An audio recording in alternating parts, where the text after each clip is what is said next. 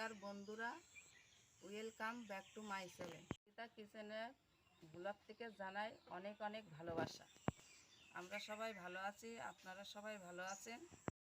আজকে আমরা রান্না করে দেখাবো মশলা পটল।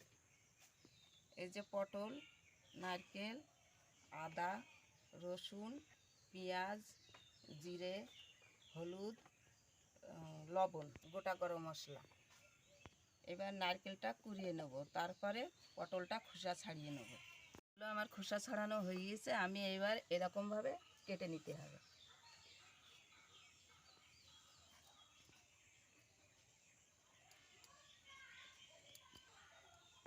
সবগুলো আমি এবার এরকমভাবে কেটে নেব। এবার আমি উনুনটা ধরিয়ে নেব।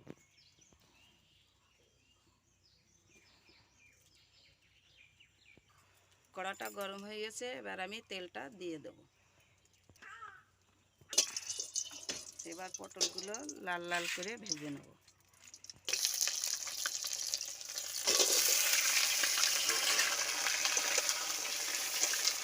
পরিমাণ মতো লবণ দিয়ে দেব।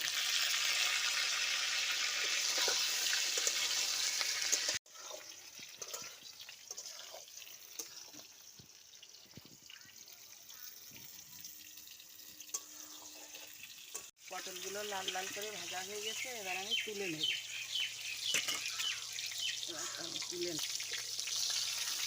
তেজপাতা দেব, জিরে ফোড়ন দিলাম, দেব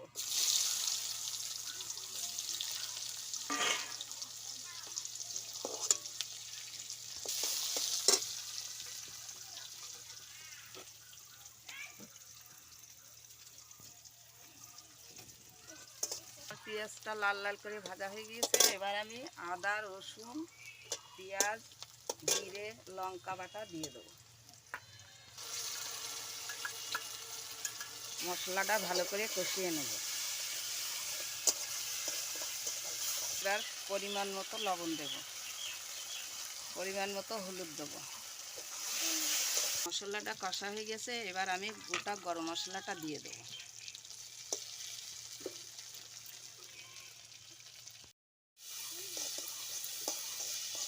মশলাটা আমার ভালো করে কষানো হয়ে গিয়েছে, এবার আমি নারকেলের দুধটা দিয়ে দেব।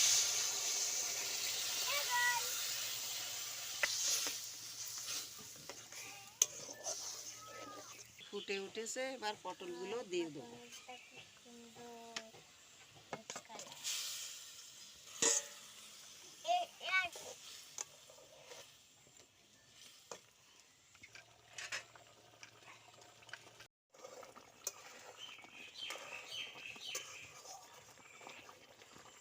পরিমাণ মতো চিনি দিয়ে দেবো। নারকেলের দুধ দিয়ে মশলা পটলটা রান্না হয়ে গেছে, আমি এবার থালায় তুলে নেব।